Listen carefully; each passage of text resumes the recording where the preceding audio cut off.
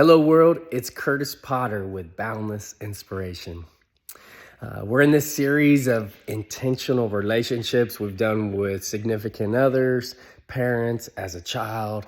I just did one on animals, and today I want to talk to you about intentional relationships with friends.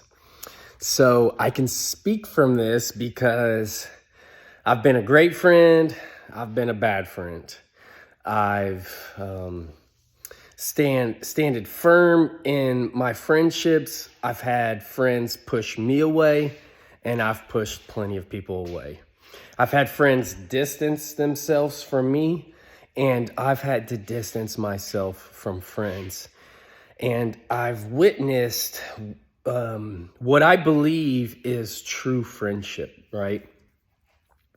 So I'm going to start off this series again with it all starts with the man or woman in the mirror, right?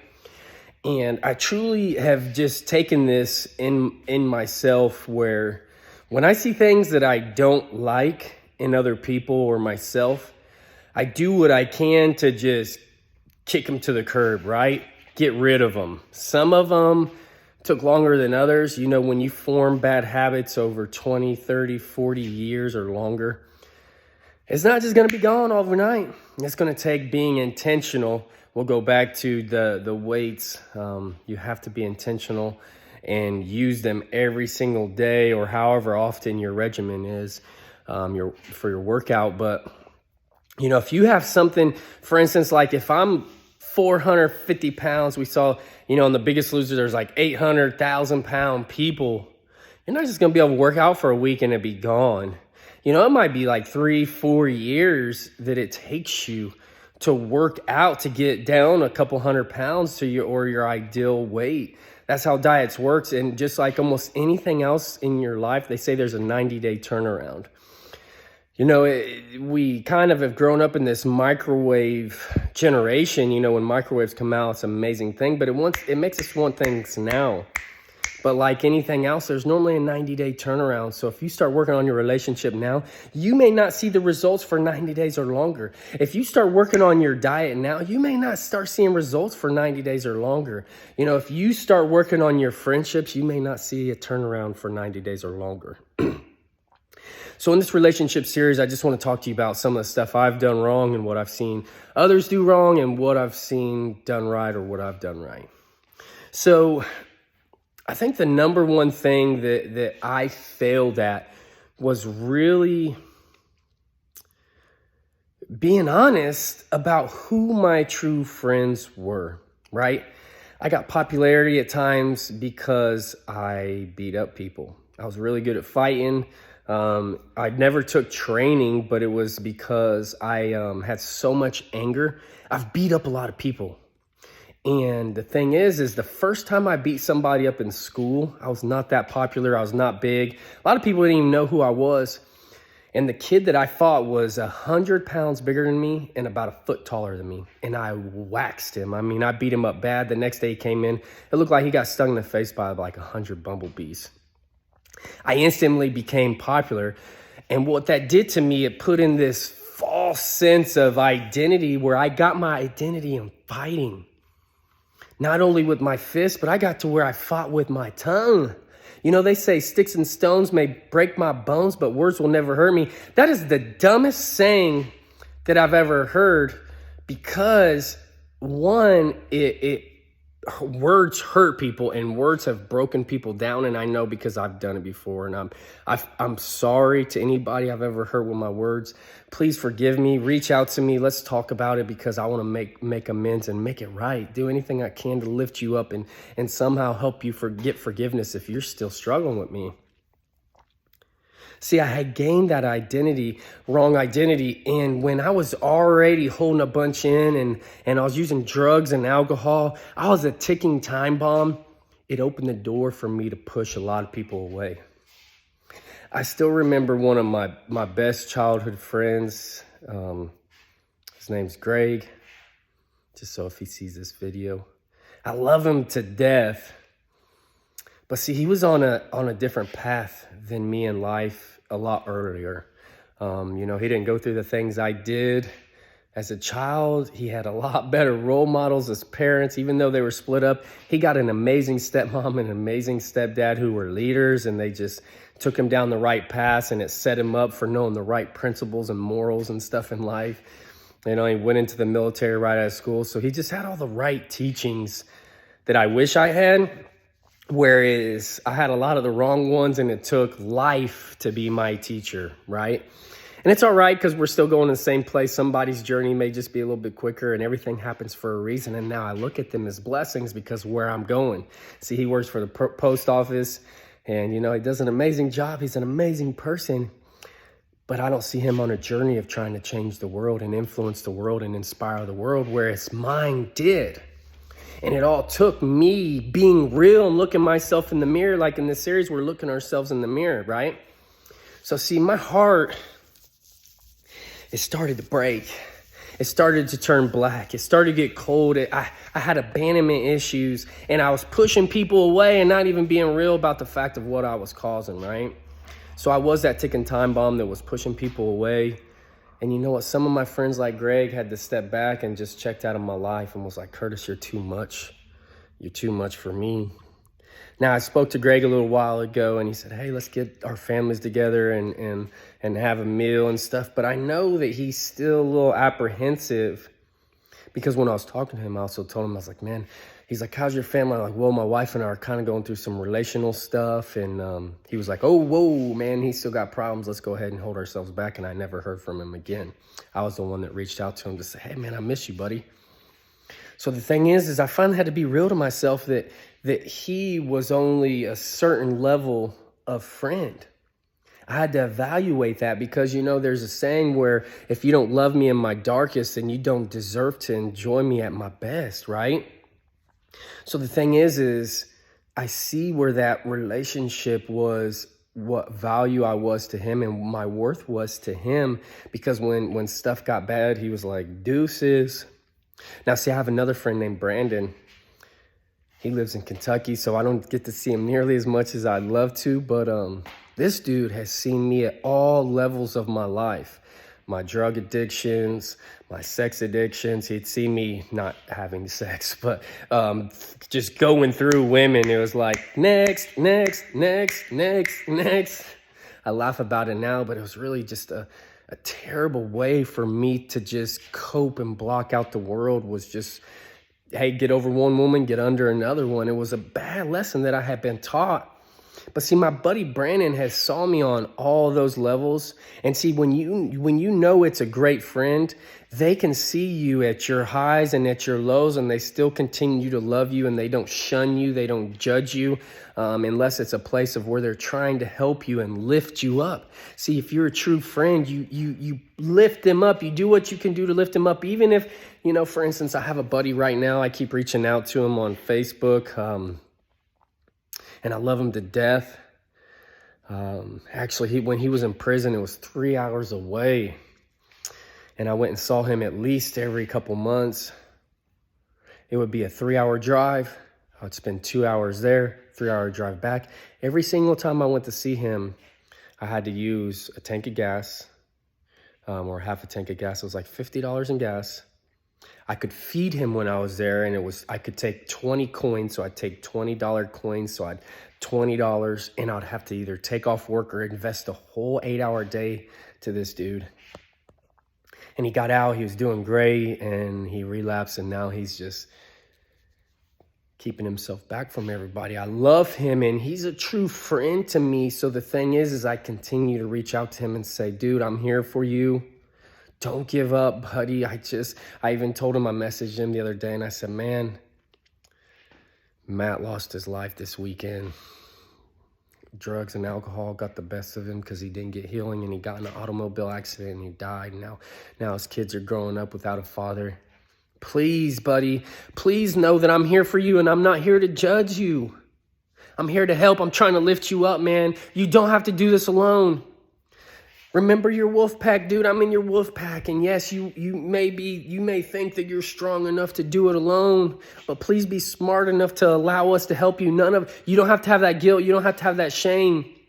With the wrong friends, you do, because they'll be like, dude, you're such a this, you messed up, whatever. You know what? You've had friends that will not be there for you. And see, that's what confuses your mind, and that's what confused my mind. I found my worth in the wrong friends. And I allowed them friends that walked away from me. I just actually called a dude today, and I had to say, man, I forgive you, buddy. Because see, like, thing is my life got too hard for him and he checked out. And I had to realize at that point that he was not a true friend by the value in him checking out. Because see, and I know this is true because Brandon, I know he's seen me at his mess. And sometimes, you know what, whenever I was on drugs and alcohol, he may have had to say, hey, I can't have you in my house around my family because you may do something that could put harm to my family. But I will meet you somewhere. Let's go have a meal. Let me come to your house, where he felt safe and he didn't have to worry about his family's safety. He said, you know, he always interacted on my phone, and he's one of my friends that still lift up my page. Because see, the thing is when you're a true friend, you see them at their lows, but you also see them at their highs. And if you haven't seen them at their highest of high, then you can see the potential in them. And that's why my buddy lifts up this page, because he's like, you know what, Curtis, I saw how low you got. I know your heart. And I believe in you that you're trying to change your life with everything you have in you. And I see the passion in you. And I see that you're trying to help other people that went through the same struggle as you. Folks, that's the best thing you can do, is help people through the struggles that you've witnessed that may not have been in you. You may not have them drugs and alcohol and financial problems and relationship problems, but I'm sure you've seen somebody that has, and you've seen somebody that got through it, and you can help people through it. That's the best way we can be there for each other. In the Bible, God says that we're all here to serve other human beings, help other people, lift other people up, especially in widows and children. And that's why we do Boundless Youth. My wife and I, we have a heart for children, and we're trying to lift up the youth. When I go and speak to those prisons, my heart just breaks, and see, those are my friends, because I know their pain. I know they're a product of their environment, but they want better. You talk to any kid, even if it's the worst problem child out there, they're probably acting out because they just want a friend. They want somebody to believe in them. They want somebody to lift them up. They want somebody to fight for them. They want somebody to say, you're worth it for me to fight. You're worth it for me to invest some of my time to help you and guide you and love on you. Maybe send you a couple bucks if I have to. It's hard because there's a fine line in between enabling them and helping them. And I know my buddy that's struggling with that drug addiction, I know his parents had to fight that roller coaster. So as a friend, are you showing up as a friend? Now, see, I got to talk about my other friend. Man, it broke my heart. He just moved out west. Amazing dude. And he has seen me actually, we've only been friends for like 4 years, I think. But man, this dude has been there for me, because I really believe that he understood me, and he saw this massive heart. Probably normal hearts are like this, and he knows my heart's like this. And he saw, what I invested in him first, him and his business, his family. We have this amazing relationship where he's been there for me everywhere he could. You know what? There's times where, he probably like, hey, Curtis, you're in a financial struggle. He knows my motor just blew up in my truck. You know what? He's got an extra truck chilling. He may want to just be like, here, Curtis, here's a brand new Denali. But you know what? Like there's times where you have to understand how you can be there for people and what's really going to make a difference. And every single time where I've really needed him, man, that dude's been there for me. There's times where we got to protect ourselves too, where he had to know what he could do and what he couldn't do, and if it would affect him negatively or not. And you know what? He's had to make that judgment, but he's never checked out. And you know what? I'm sorry for the friends of mine that I have checked out on and I've pushed away because of reasons. And recently, I reached out to every single friend who I really looked out as a friend to make amends. Because see, that's the best thing the best thing is apology. The best thing is a changed behavior. And I just messaged my mom today and I said, we were talking about how every single day, every single moment in the day, it don't even have to be like, hey, this is a start. That any time at any day, all you have to do is make a decision to take a different route in life. You have to shift.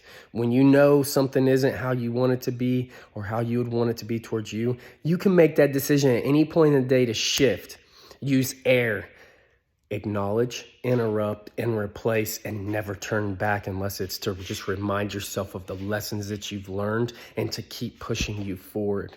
See, there's nothing that we can do about the past except for use it as a lesson and never do it again. So have you been the best friend?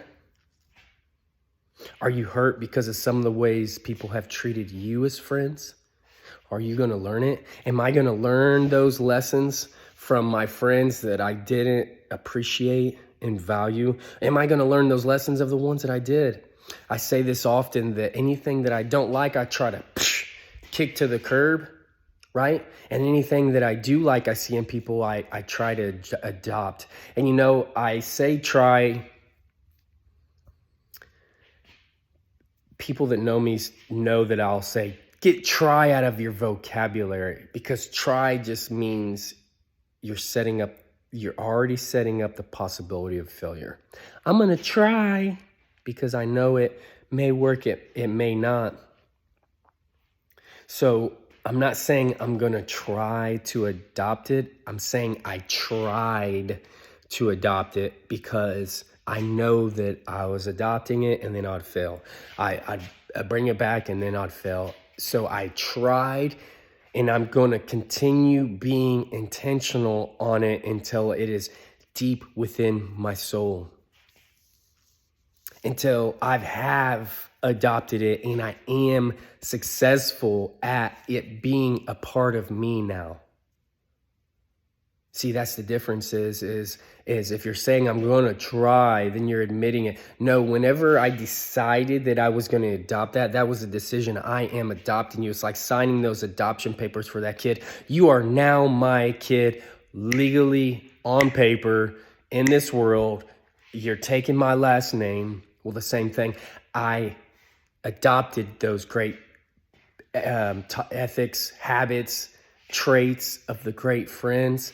I'm adopting them. I may have failed at times, but the beauty is we all fail. We all make mistakes. We all struggle. We're all human, but we all have the opportunity to make amends, make things right, take action, and never do that again. That don't mean that, you know what, here in the future, I may fail again. I'm gonna fail again. It happens in life. But I'll tell you what, like by seeing the wrong friends and the hurt when I looked at friends and then they stole from me, looking at them, I was like, man, you're a bro, and they tried to hook up with my woman, man, and it killed me, and I pushed them away. I'm like, you're lucky I didn't really put you in the hospital, but like, you know, those are not real friends. And I just invite you to really evaluate, who are your true friends? Who has the same morals and ethics and habits that you want in your life?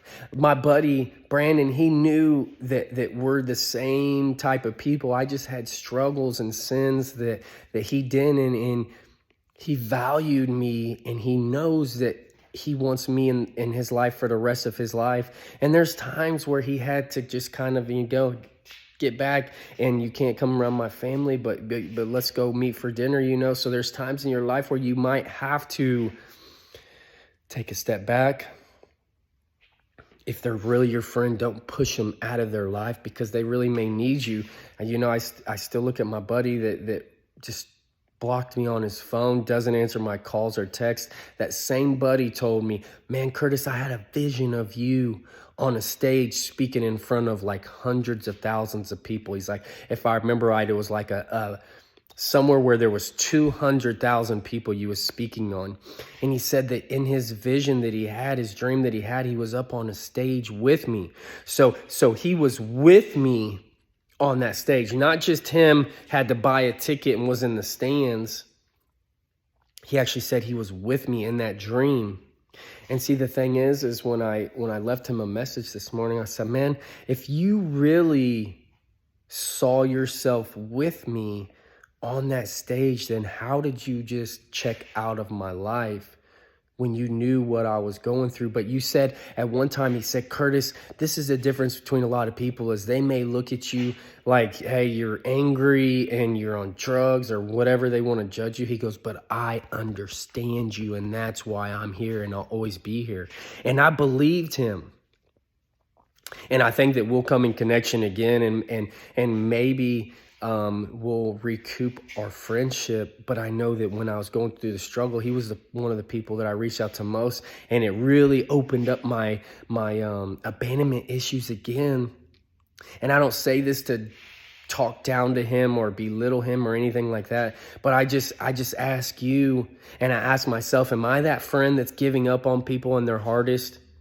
Does that mean that I deserve to see them at their best? Am I helping lift people up when they're struggling? And again, being the man in the mirror, the woman in the mirror, to just try to understand what they're going through and not make up these false stories in my head that they're a piece of work, but they're just struggling with something that I may not understand, and trying to really understand them so that I can help them. Am I being the best friend in my relationship with my spouse? You know, my wife, I tell her all the time, she's my best friend. And I had to come to the realization that I was like, man, I'm calling her my best friend. But have I been a great friend to her? Have I tried to understand her? Have I tried to always lift her up? No. See, I'm not perfect and I'm not boundless right now. It took life teaching me. It took her pushing me away. It took her trying to file for a divorce before I was like, man, you know what? I call her my best friend, but I'm not being best friend material to her. I'm not loving her unconditionally. I'm not trying to understand why she's doing what she's doing. See, at first, when she filed for a divorce, I was mad. I was angry. And I was like, man, she's doing that because I react badly. She struggled with admitting what she was causing that made me react badly. That's something she's working through in life, about taking ownership. And it's easier to point the blame. She went to take off on the trailer the other day, and I didn't put the lug nuts back on. I had used them for something else. She took off, the trailer dropped, and she's like, Curtis, it's your fault. And I was like, well, babe, you know, when I was taught how to pull trailers and campers and stuff, they say the first thing you do is take ownership as the person driving the vehicle and walk around the trailer and check to make sure your lights work, your tires aren't flat, or your lug nuts are on, you know. So you can blame me. You struggle with ownership. I've been there before, so I understand, baby. But, you know, I was like, everything happens for a reason. Maybe it prevented you from getting in a wreck. God actually saved you. Everything happens for a reason, right? But I had to realize that her getting angry and blaming me on different things and wanting to walk out of my life at one point in time was because I wasn't stepping up, being the man in the mirror and the leader that I'm supposed to be for my family and my home, and being the amazing best friend that I could be to her. You know, there's times where she messed up and, you know, say if she wrecked a vehicle or something, where I got mad, and it's like, you know what, for what? It's just a vehicle. And I had never got that help. I'm going to continue saying this to people, is like, everyone can use counseling. Even if you think your life is peaches and cream, you got to get some kind of counseling. You know, there's different forms too. You may not have to, you know, if you're not really, truly, deeply, authentically with yourself saying, I don't need one-on-one counseling. Okay. There's seminars. There's reading books. There's going to workshops. You know, some people go to church. I believe in that wholeheartedly. I wouldn't be wearing these bracelets, you know, because God has changed my life. Every one of us needs some help in some type of way to be the best versions of ourselves. The best athletes in the world that are making millions and millions and millions of dollars, they all have coaches. They all have mentors. They all have people guiding them that's been there before, and they've seen it before, and they've learned those lessons that can help them. That prevents heartache in your life. So if you're just resisting getting coaching, for what? Because you're probably like, oh, I can do this. I'm amazing. The presidents have coaches or mentors or I can't think of the word of it, but they have somebody that helps them.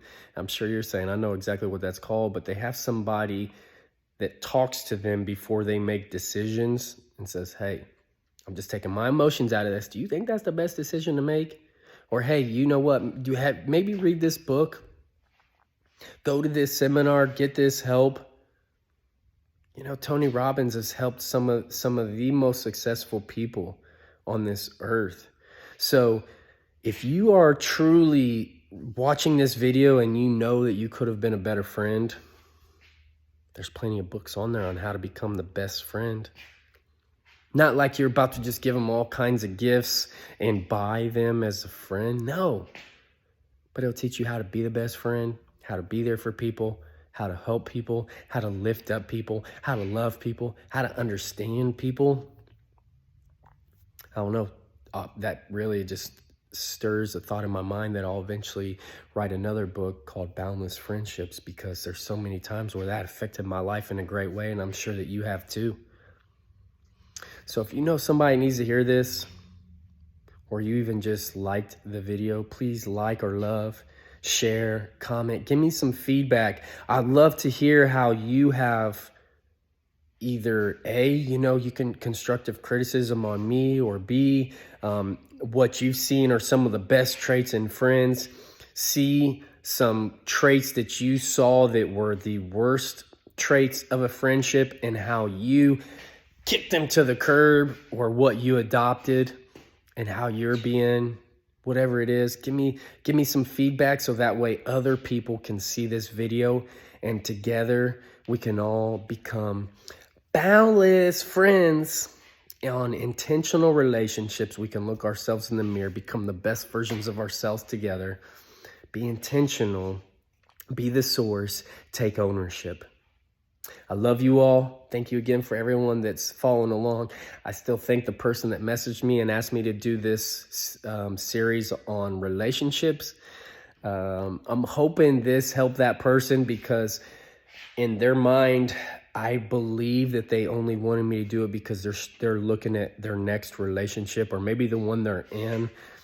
But I hope this opened their mind to see how many types of relationships we have, and how if we are intentional on all of our relationships, our lives are going to get better.